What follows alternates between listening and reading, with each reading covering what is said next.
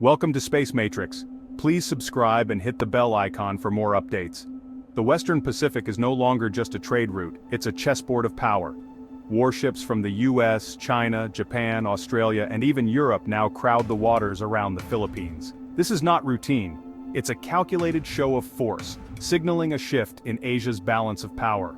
The Philippines, with its 7,000 islands, sits at the crossroads of the Pacific and South China Sea, making it the new epicenter of global tension. Every ship here is a statement. National interests, historic claims, and future ambitions all collide in these waves. The world's most critical shipping lanes run through this region, and whoever controls them shapes the future of global trade. Quiet diplomacy is giving way to the loud language of naval firepower. The presence of these fleets is the result of years of rising disputes and military buildup. The storm has been brewing, now it's breaking. A single miscalculation could have global consequences. The sailors on these ships are the front line of their nation's foreign policy. What happens here will ripple far beyond these waters. The world is watching, holding its breath. The stakes have never been higher. The Philippines isn't just another archipelago, it's the linchpin of Southeast Asia. Its location forms a natural barrier between the Pacific and the South China Sea, making it a vital choke point for global shipping.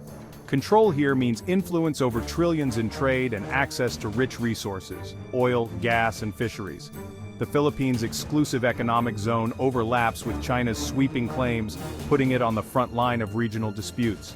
It's also part of the First Island Chain, a strategic defense line for Asia and a barrier for any navy seeking Pacific access. For China, breaking through is key to naval dominance. For the US and allies, holding the line is essential for stability. The Philippines' ports and airfields are critical assets for any military strategy in the region. Its alliances and willingness to defend its sovereignty directly shape the Indo-Pacific's future. The fate of the Philippines is tied to the fate of the region. The South China Sea is now a crowded stage of naval ambition. China's navy, now the world's largest, patrols aggressively, enforcing its vast claims and challenging others, especially the Philippines. The US counters with carrier groups and submarines, upholding freedom of navigation and supporting its treaty ally. Japan and Australia, dependent on open sea lanes, have ramped up their own deployments and joint exercises. Even the UK, France, and Germany have sent warships, signaling that this is a global issue, not just a regional one. These middle powers reinforce the rules-based order and the law of the sea.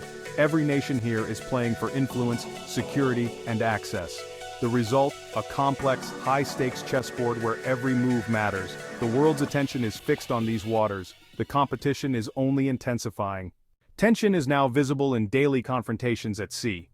US-Philippine military drills have grown, now simulating real maritime conflict and island defense. Flashpoints like Second Thomas Shoal see Chinese ships blockading Filipino resupply missions, using water cannons and dangerous maneuvers. China's gray zone tactics, maritime militias, laser harassment, swarming fishing fleets, keep the pressure just below open conflict.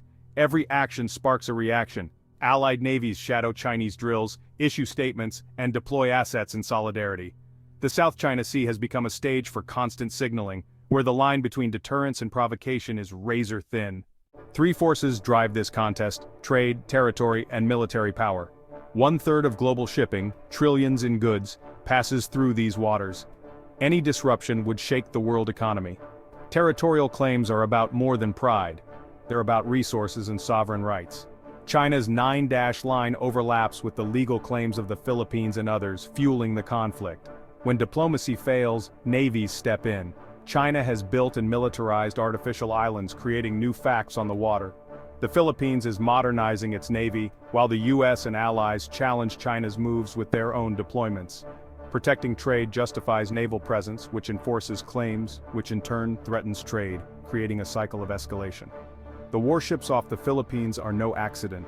They're the result of this inescapable logic.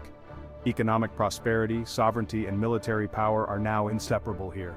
The world's prosperity is at stake in these contested waters. In these perilous waters, alliances are the new anchor. The US-Philippines Mutual Defense Treaty now clearly covers the South China Sea, raising the cost of aggression. US access to Philippine bases has expanded, allowing rapid response to crises across the region. The Philippines is also deepening ties with Japan and Australia, building a network of security partners.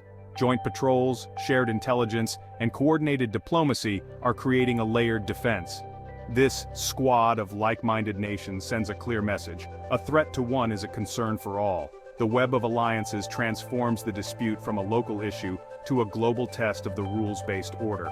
Collective deterrence is now the region's best hope for stability. The Philippines stands at the center of this new security architecture. The future here is uncertain, fraught with risk, but not without hope. Close encounters at sea could spiral into crisis with global consequences. A frozen conflict, constant standoffs, and gray zone tactics could become the new normal, eroding sovereignty and stability. But stronger alliances and clear communication could deter escalation and open paths to diplomacy. The world is watching. Will might make right, or will international law prevail? The answer will shape the global order for decades to come. The stakes could not be higher.